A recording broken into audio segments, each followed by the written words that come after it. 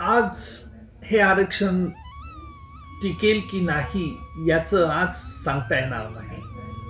परंतु एक मात्र गोष्ट निश्चित आहे, मराठा समाजाला जे आरक्षण हवं होतं ते टिकणारं सरकारने देण्याचा एक प्रामाणिक प्रयत्न केल्याचं सकृतदर्शनी स्पष्ट होत आहे। विशेषतः सखे सोयरे ज्यांच्या नोंदी मिळत आहेत त्यांच्याही सखे सोयऱ्यांना देण्यात यावं,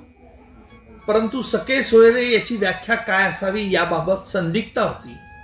आणि ती सरकारने एक खास अध्यादेश काढून ही संदिग्धता दूर केलेली दिसते। अर्थात आपलं पितृसत्ताक संस्था असल्याने या संदर्भात निश्चितपणे संबंधितांना योग्य त्या अथॉरिटीज पुढे या संदर्भातील सखे सोयरे